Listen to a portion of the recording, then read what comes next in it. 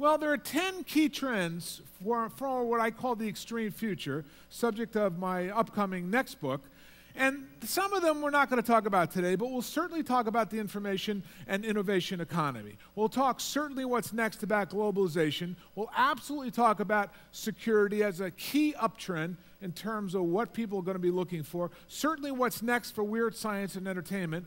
And a lot of these technology trends that I might point to, they may seem like quantum or nanobio, or they may seem like neuro, that they're out a lot further, but they're not.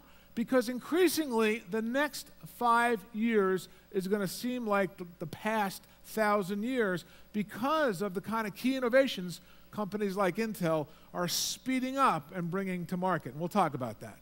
One of my ways of starting out with you is to ask you this kind of strategic question, what futurists ask. Where is your business in 2010? What does it look like? What does the map of your company look like? Does it look like, what are the key, if you will, markets, key customers, key products and services? Do you have a plan that goes out through 2010 that gives you a sense of where the new growth is, how to capture that growth? That's what I'm interested in. What are the new opportunities? Well, welcome to the extreme future. The next 5 to 10 years is going to be extreme. What do I mean by that? It's a collision. It's a highly multidimensional world of complicated dynamic events and trends.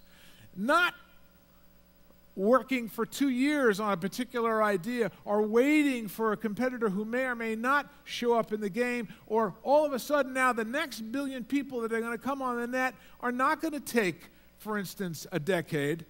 They're going to take maybe a year to 2 years. Maybe we're talking about by 2010, maybe as many as 3 billion people, of which 90% of them will be wireless. So the extreme future that you're heading into is also a world of high threats, new non-traditional competitors. All of a sudden, disruptive technologies because of this exponential doubling of our friend Moore and Moore's world. So are you ready for this dynamic world? Because it will be extreme. There'll be more risks, but more opportunities.